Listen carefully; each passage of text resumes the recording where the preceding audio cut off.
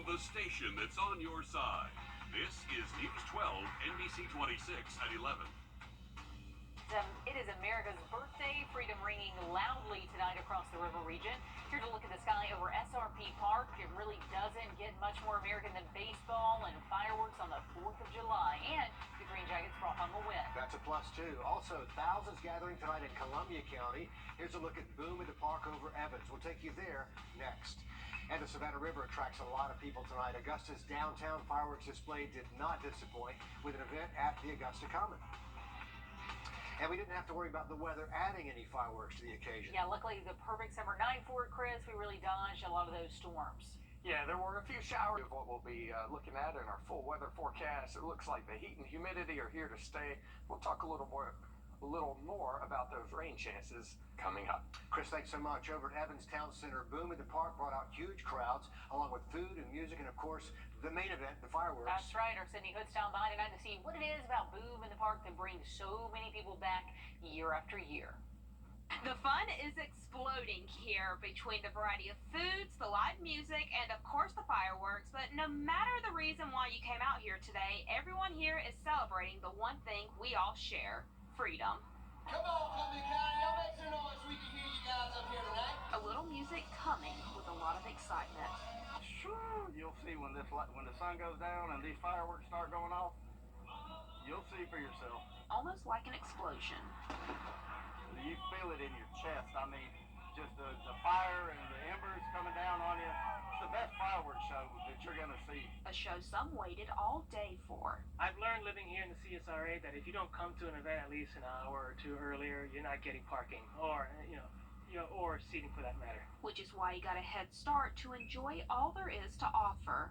Hot dogs and hamburgers are classics. But when you've got a bunch of fruit trucks out here serving all sorts of crazy things, you can't help but want to try new things. And he's not the only one. American, proud, patriot, 100% without a doubt. I mean, just look around. Everybody having a good time right here. Here, the celebration is a reminder of what we have. There's a lot of people not here today. They gave us the right to do this all the way back to the beginning of 1776. It's reflection. It's enjoyment. It's enjoying your freedom. More than 12,000 people came out here today, and the crowds are still leaving. And you can tell by the tired, exhausted faces passing by me that it was a successful day for all. In Evans, Sydney Hood, on your side. The kids will sleep good tonight, Yeah, right? that event just grows and grows. 12,000 people. That's big. Yeah, it's huge. Also today, the city of Augusta held its July 4th celebration at the Augusta Common. Live music, food, an area for kids, huge fireworks show over the river. Hundreds of people watched from the Riverwalk and 5th Street Bridge tonight. But stick around, we're going to have a look at more of the fireworks shows all across the area coming up for you. Some local veterans celebrating the holiday with a barbecue. He also spoke about the 75th anniversary of the desegregation of the armed forces. Tonight, the Richmond County Sheriff's Office is looking for this man they say is armed and dangerous. He's wanted for an aggravated assault and armed robbery that happened on Conklin Avenue at Conklin Lane yesterday. If you see him, call 911. 2 Burke County deputies recovering after an inmate attack. It happened just after 8 this morning at the detention center there. Deputies were trying to remove bed sheets from the cell gates. When they unlocked the door, deputies say the inmate, Wayne Newkirk, came out fighting. During the fight, they say he got a hold of a deputy's stun gun. One deputy suffering a concussion, deviated septum, nerve damage to his mouth, and several deep cuts to the head. Another deputy hit in the face and has some swelling. Newkirk is facing several charges now, including aggravated assault, battery, and more. One person is dead after a crash in Bamberg County today. Happened early this morning around 6:20 on Farrells Road at Zigzag Landing. That's about 6 miles west of Bamberg. The driver of a Chevy SUV went off the road and hit a tree. The driver died on the scene. American flags float all across. Is dead after a crash in Bamberg County today. Happened early this morning around 6:20 on Farrells Road at Zigzag Landing. That's about 6 miles west of Bamberg. The driver of a Chevy. American flags float all across the nation on this day, but a lot of people still don't know exactly how to display and care for the Star-Spangled Banner. For the East Carolina Council of Boy Scouts of America, flag folding is one of the first skills they learn.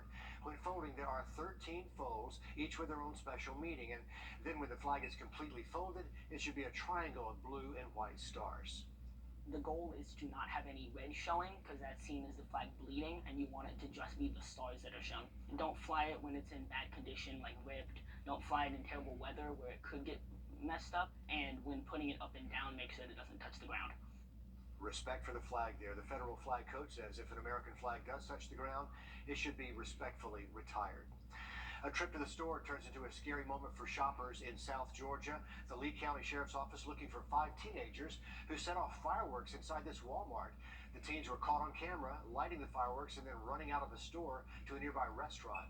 One shopper says Walmart employees were telling people to leave because of all the smoke in the building. I was sitting in the nail salon and I began to see smoke throughout the store. And then it got thicker and thicker. And then an associate came by and said, we have to vacate. It's kind of scary, you know, trying to get out and with the rush of people and things like that. The sheriff's office says they're reviewing that surveillance footage to try and identify those teenagers responsible. One woman is dead after an alligator attack on Hilton Head Island. Law enforcement responded to a lagoon near a golf course there. The Beaufort County Sheriff's Office says when first responders got there, they found the body of the 69-year-old woman at the edge of the lagoon. And as they tried to get to the victim, a gator started guarding her body. DNR eventually removed and euthanized that 10-foot gator. An autopsy is hoping to confirm whether she died of natural causes and then the gator moved in, or if the gator attacked first. This is turning out to be a rough week for roller coasters. This time in Valdosta, riders at the Wild Adventures theme park got quite the scare when their roller coaster stopped suddenly. A ride called the Boomerang got stuck mid-ride, going forward along the track and then backward before stopping for about 10 minutes, leaving riders not really knowing what was going on.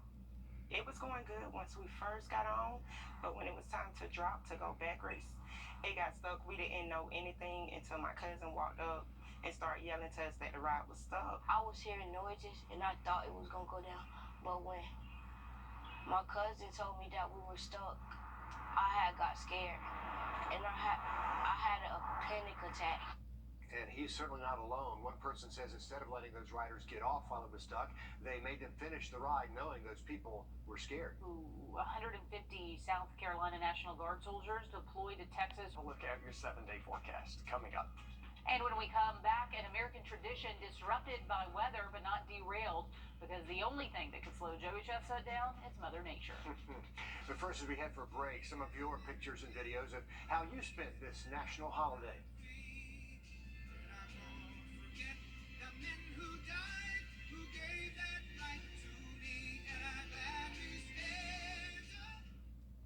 After what?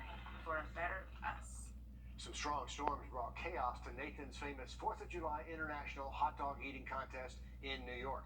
But organizers were eventually able to reset the stage and pull it off. Everyone in Coney Island came to see people eating as many hot dogs as they could, not be stuck in the rain. You live off of that anticipation all year, and then it doesn't happen, and then you're just like, oh, you know. Everyone heard the thunder, then the rain poured suddenly, leaving the lunch table for the men's competition empty. For some, this was their first time. We just came out of a pandemic.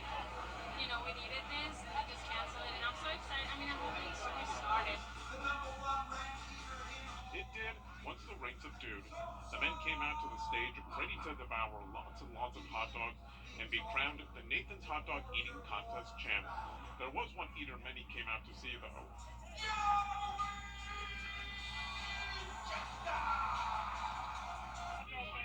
Joey Chestnut, win it all! He won with eating 63 hot dogs last year, and the fans were hopeful that he would beat that record. We were born in New York City. We live in Delaware now, so we traveled all the way from Delaware to New York to come watch us. He won his 16th title, but with 62 hot dogs, just one under his record last year. The women's winner this year, with 39 hot dogs, as the two champs stood together to bask in their victory.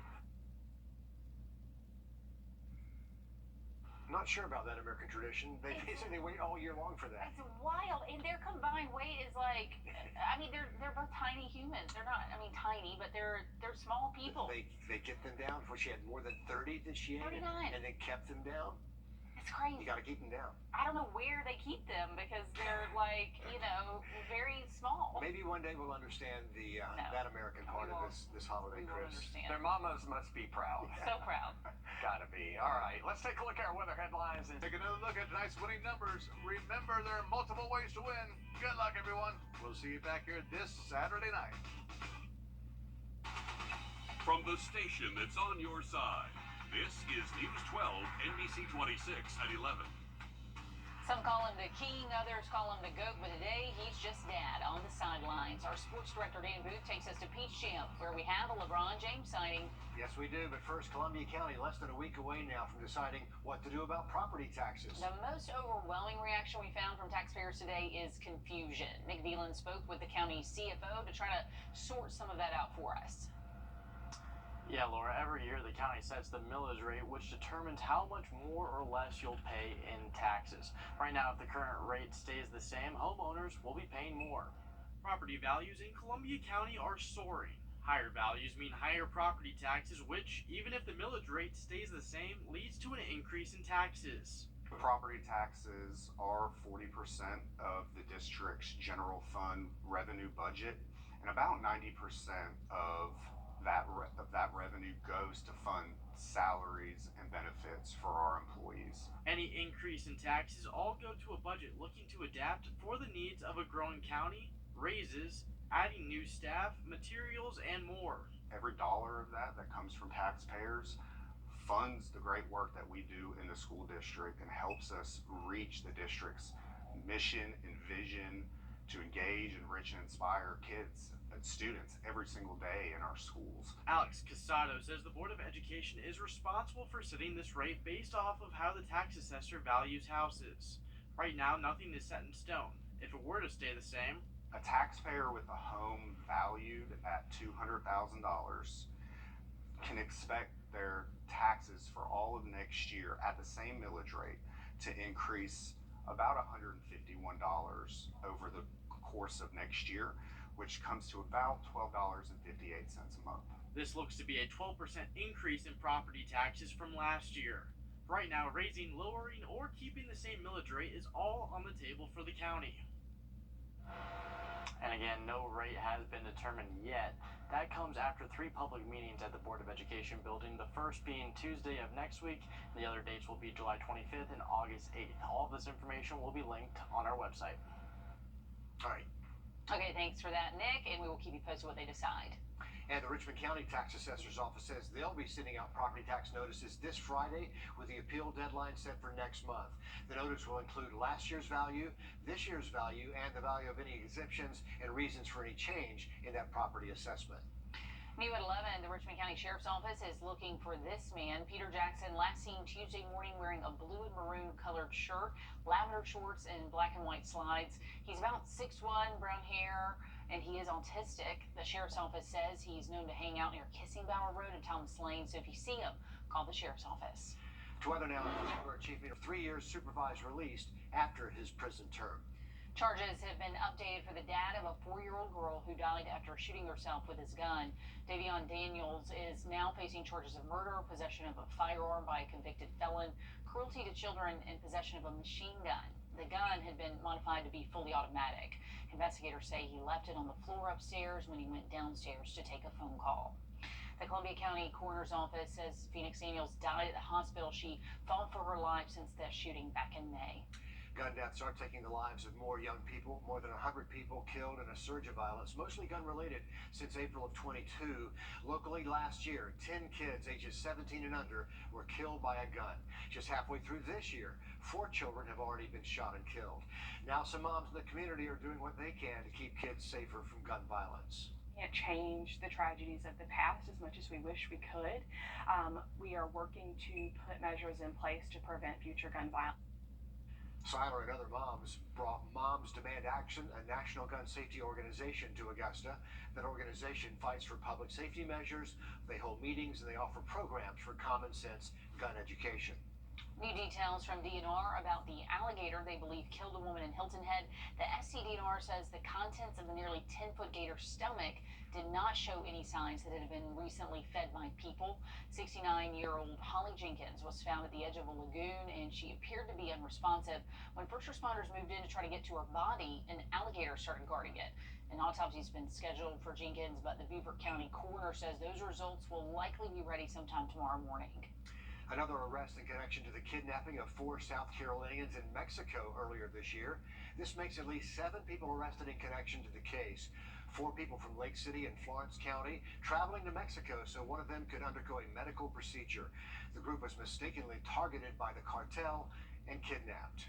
Back here in Georgia now, a Crisp County deputy has died after being shot during a traffic stop that happened early this morning. The suspect, who's since been arrested after a multi-county chase, is facing a number of charges, including murder. Deputy Ty Brown was only 26 years old, been on patrol staff for less than a year.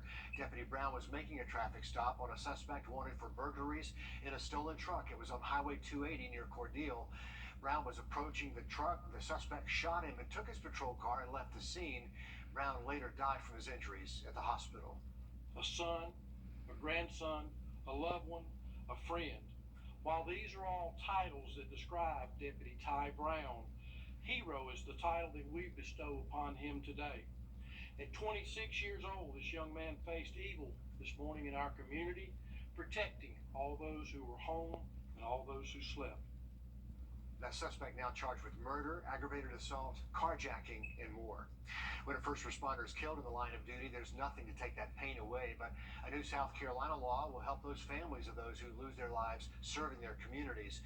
The beneficiaries of first responders killed in the line of duty will now receive $75,000 as long as the death was not the result of their own willful negligence or intentionally self-inflicted bodily injury. And the new law also applies to volunteers. Especially in a lot of our smaller rural counties, we depend on volunteers, and if they lose their lives in the way of duty, their lives are no less precious than anybody else's. Now, this bill only applied to law enforcement officers at first, but state senators expanded that to first responders in general, saying many of their loved ones were not eligible to receive anything if they were killed in the line of duty. Tomorrow, President Biden will... From the station that's on your side, this is News 12, NBC 26 at 11. After years of talking about it, where do things stand on that new hospital coming to Columbia County? We're going to show you some movement out on the property. Also, President Biden makes a stop in the Palmetto State. Hear what he has to say about technology and jobs. And a Texas man reported missing 8 years ago has been found safe, but officials say he's been home the whole time. But first tonight, Columbia County, there's movement on the long-awaited new hospital there. The newly appointed board of directors for the hospital authority met for the first time today. Nick Veland was there to find out when we can start to see more action, and he joins us live over at the construction site. And it's hard to see, obviously it's the middle of the night, but there is some progress to report there, Nick. Yeah, that's right, Laura. And the sign says what everyone in the county is feeling, and that's finally. And behind this sign, like you mentioned, is land that is cleared out, and that's giving hope for families in the area for the future. So having a hospital closer by makes me feel better as a mom who has a toddler who gets into all types of things. Anna Dunn's lived in Abilene for more than 20 years, and without traffic on I-20, the closest hospital is still more than 20 minutes away. I would say for someone who has had an experience to where you have to get to the hospital and you're in a lot of pain, that 20 to 25 minutes makes a big difference. She's lucky. A lot of her family members are in the medical field, and she can rely on them for emergency advice, but others can't. So my first response is actually not calling the hospital, it's calling my family. And I think for a lot of families in the area, they're not able to have that resource. So if I was to try and imagine not having my family, I would be terrified. Trying to ease fears is now what the Hospital Authority for Columbia County is working towards. Their role is to help fund the hospital, and their first meeting was today. We'll be able to take part in that with the Augusta University and Wellstar merger taking place. We'll be involved in helping smooth that process as they build their structure here in Columbia County. As the pieces are coming together, neighbors are eagerly waiting to see the finish line. I think it will build more community with the Abilene community because it is putting more resources. And it makes us feel like the county is caring about us by putting this hospital so close to us. So it's all in all like a really great idea, and I'm very excited to see it finished. And the hospital authority will meet at least quarterly, and no date has yet to be set for the groundbreaking here, and we'll continue to update you on this project as it continues. Okay, thanks for that, Nick, and I know a lot of people are ready to see some action. Absolutely, they are. Nick, thanks for the update there from Columbia County. To weather now to give you... Coming up in just about 10 minutes. Tonight, a Georgia mom has been denied bond after being accused of leaving her 7-year-old daughter in an apartment closet to die. Alondra Hobbs was arrested on murder and child cruelty charges.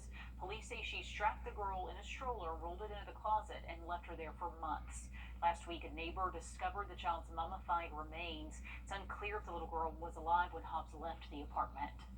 A woman visiting an amusement park in Rossville, Georgia, witnessed a terrifying accident when a 5-year-old fell out of a 20-foot water slide and hit the ground below. The woman says she was watching her kids play when she saw the boy fall from this green and yellow water slide. Before staff and medical crews got to him, the woman says he was unconscious for minutes. He's in the hospital, but we're not sure how he's doing. Over at Carowinds, the amusement park is announcing plans to remove and replace that cracked support beam captured on video by a park visitor last week. The Fury 325 roller coaster developed a huge crack in its support structure, forcing the amusement park to close down that ride. The plan is to install a new support column on the ride. Carowinds says it will conduct an extensive series of tests to make sure the safety of the coaster once the new beam is in place, and they're also going to start more inspections, including the regular use of drones to see those hard-to-reach areas. President Biden says it has been away. We do have the link to help you sign up for that 911 text feature attached to this story on the web.